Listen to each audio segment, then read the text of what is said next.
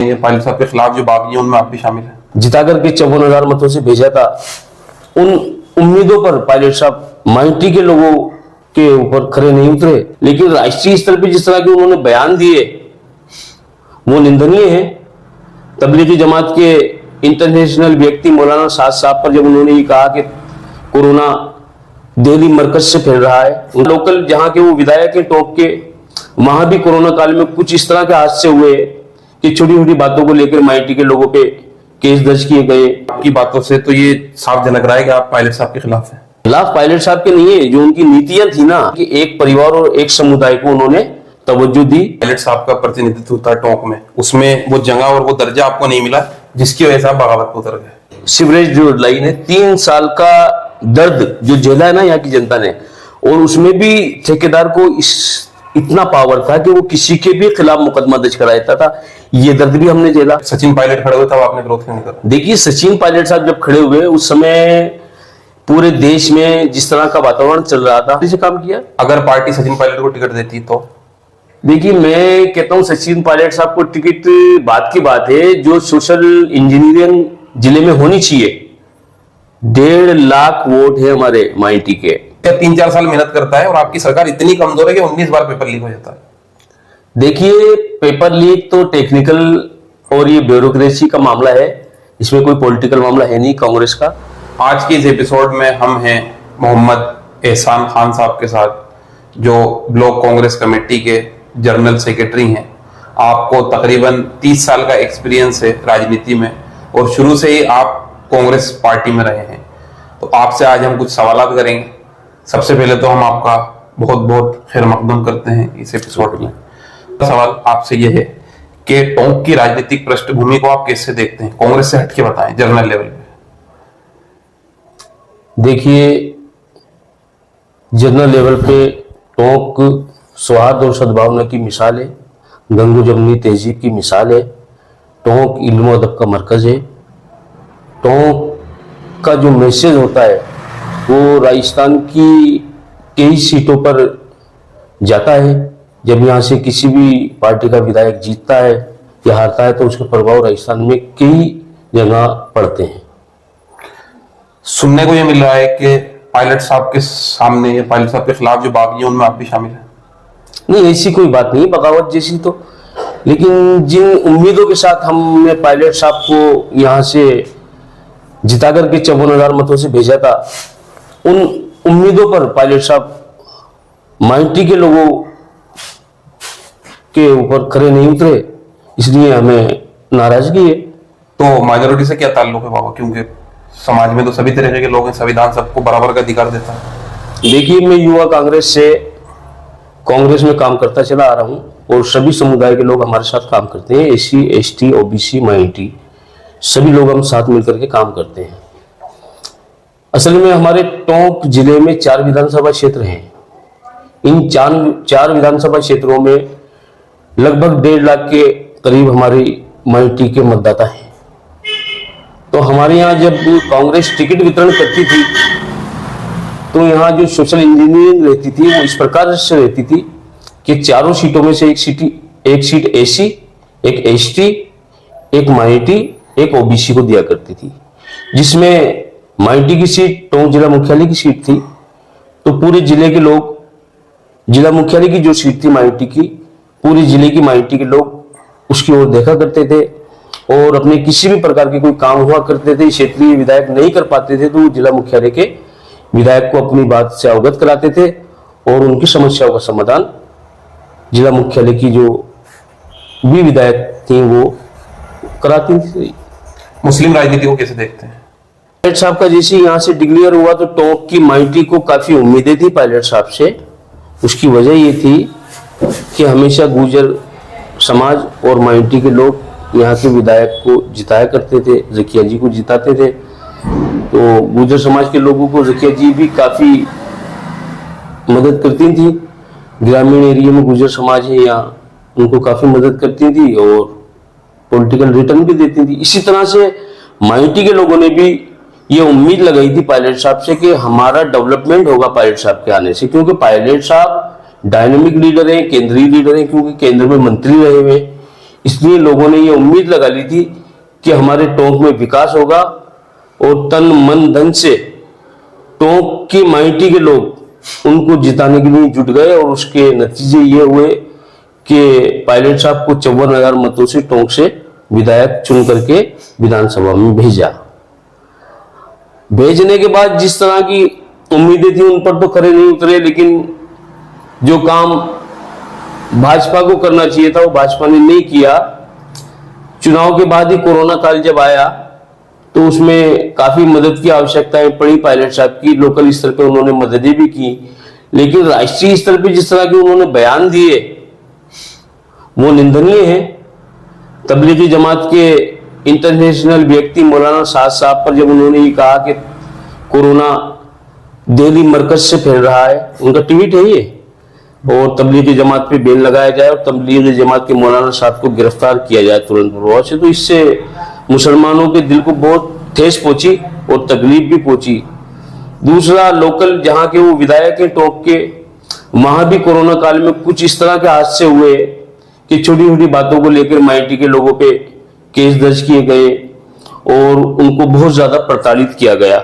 जिस समय पायलट साहब से उम्मीद थी कि वो मदद करेंगे, उन्होंने मदद नहीं करके और उनके खिलाफ भी कुछ बयान इस तरह के जारी किए कि इनके खिलाफ सख्त से सख्त कार्रवाई की जाए, जबकि वो सारे लोग निर्दोष थे, बेगुनाह थे, और एजुकेशन की कमी होने की वजह से कुछ बातों को समझ नहीं पाए, और उन्हीं का लाभ उठाते हुए कुछ आरएसएस के लोग, आरएसएस माइंड के कर्मचारियों ने उनपे झूठे मुकदमे सरकारी कारा में बादल डालने के बनवा दिए, तो उसमें पायलट साहब की मदद नहीं रही।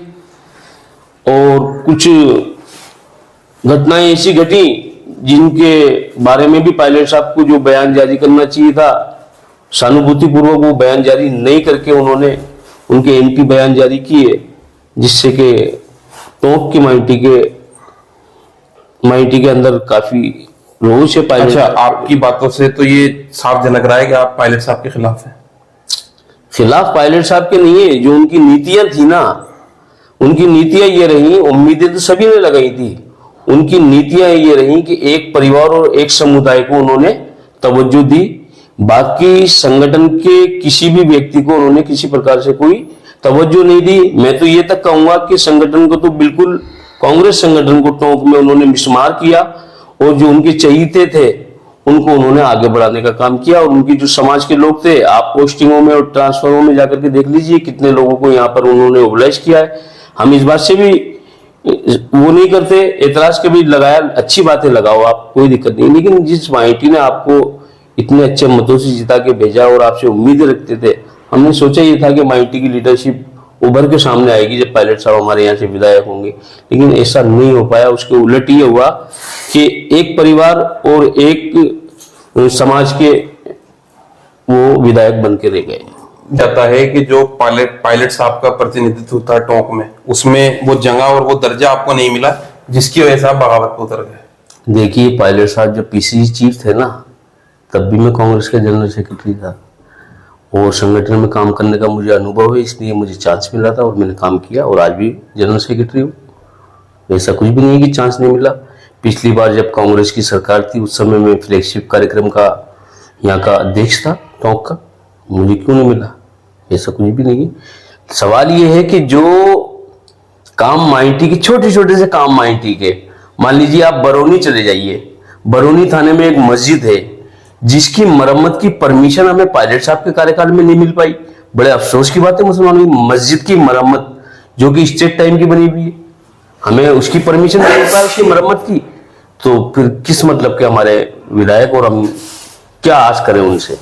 दूसरी बात ये, शहर में डेवलपमेंट, विकास कार्य, देखिए 2 साल तो कोरोना में निकले हैं, 2 साल के बाद जो 3 साल टोंक वालों के निकले, टोंक सिटी में ये जो आपकी सीवरेज जो लाइन है, 3 साल का दर्द जो झेला है ना यहाँ की जनता ने, और उसमें भी ठेकेदार को इतना पावर था कि वो किसी के भी खिलाफ मुकदमा दर्ज करा देता था।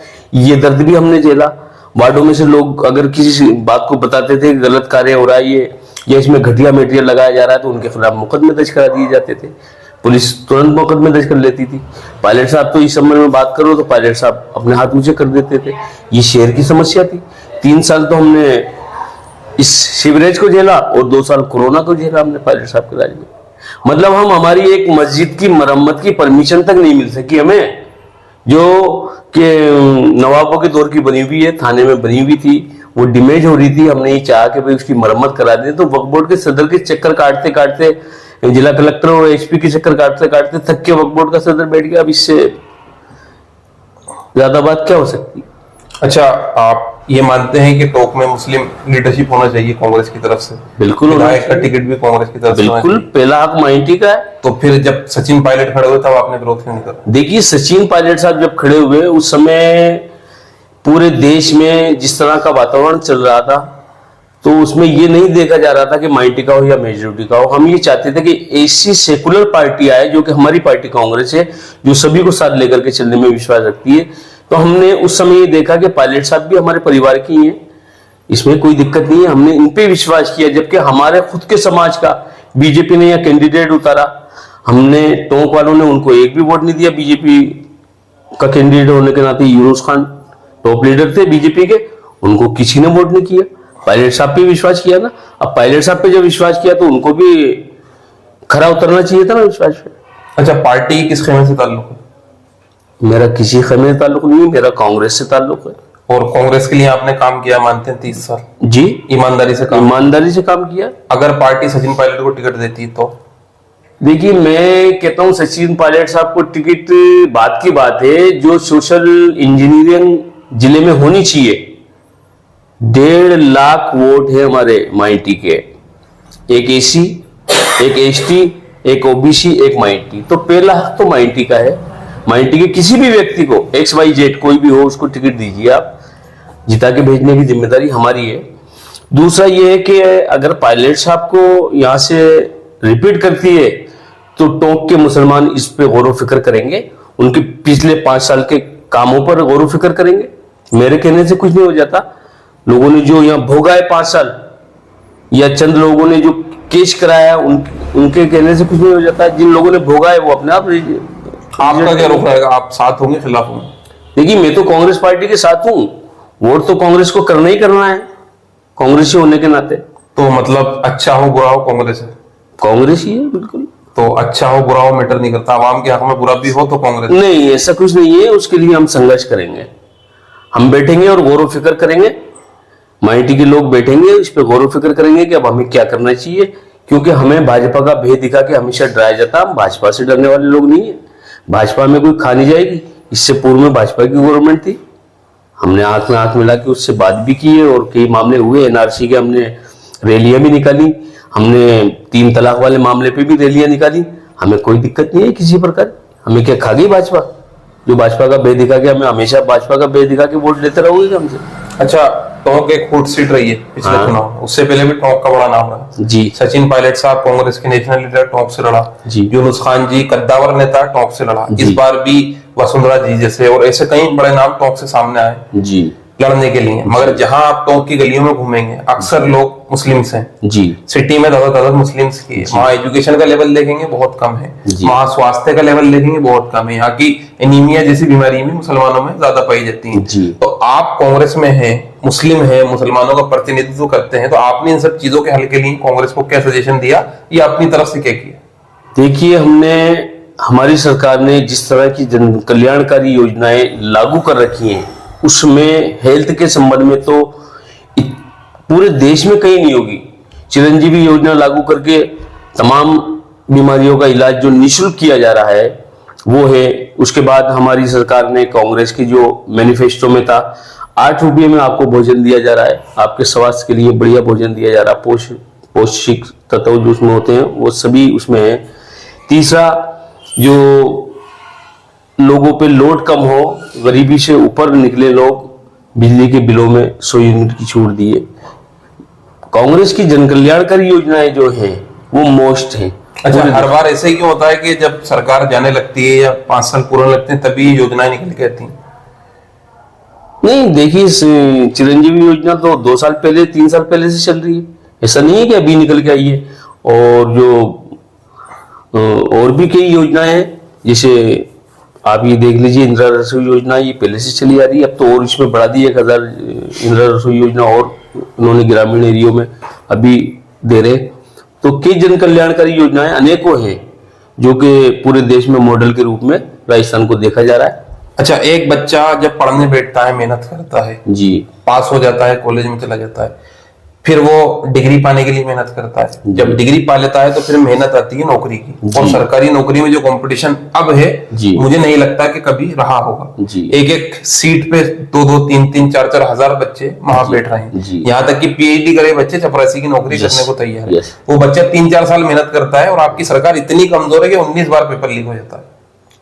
देखिए, पेपर लीक तो टेक्निकल और ये ब्यूरोक्रेसी का मामला है, इसमें कोई पॉलिटिकल मामला है नहीं कांग्रेस का।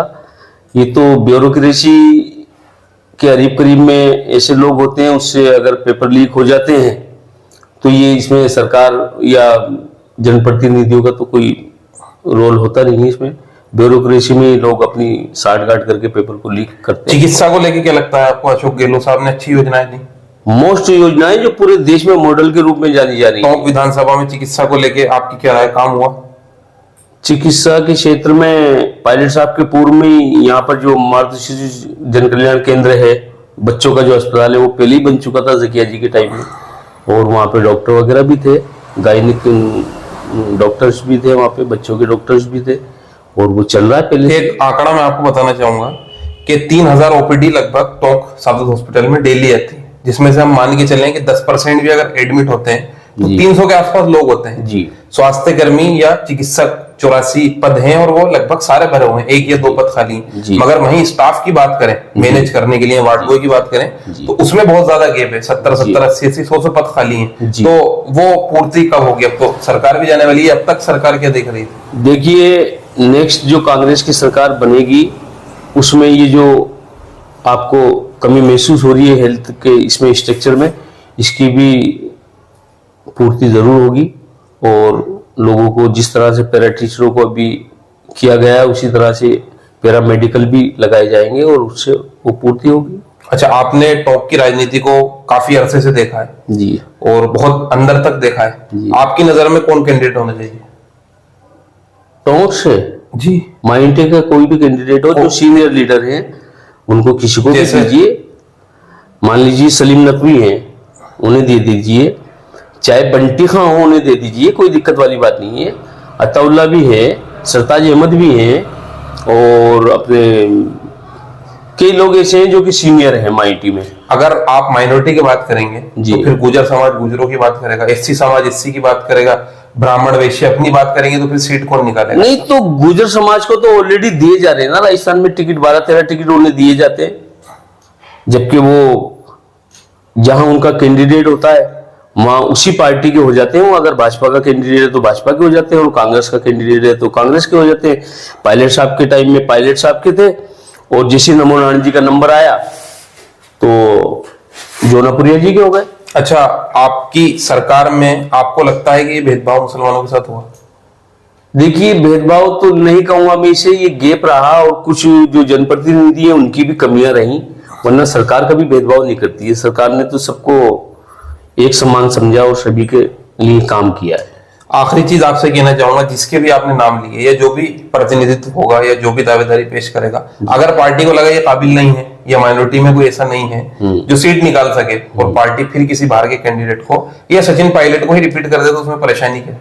देखिए, बाहर के तो हम कब तक झेले, स्थानीय हो, पहली चॉइस तो ये है यहाँ के लोगों की कि भाई माइनॉरिटी का हो, क्योंकि पूरे जिले के 1.5 लाख वोटों का नेतृत्व करने वाला हो।